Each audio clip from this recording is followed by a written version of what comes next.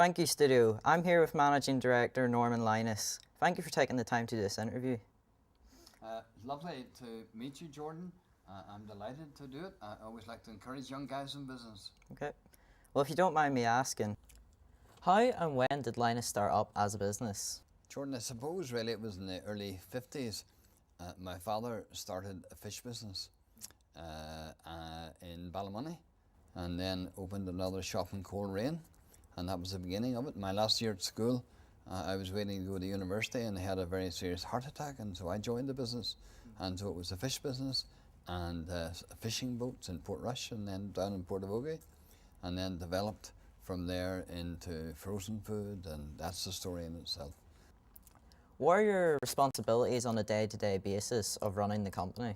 Well, my son, Andrew, now runs the business, so I come in later on, and I'm here in an advisory. I'm no longer the boss. I have passed over the whole organisation to him about 8 years ago, so I now just come in and if I'm asked to help out or just enjoy. So I'm actually chairman, but it really means I'm coming along to board meetings, but the real drive is from Andrew and his team now.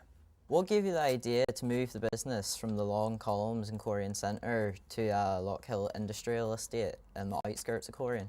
Well, it was more necessity rather than the vision. We were in the centre of town. We were loading lorries late into the night. Neighbours were complaining. You see, it was then purely a frozen business, so the lorries, the fridges were on at night.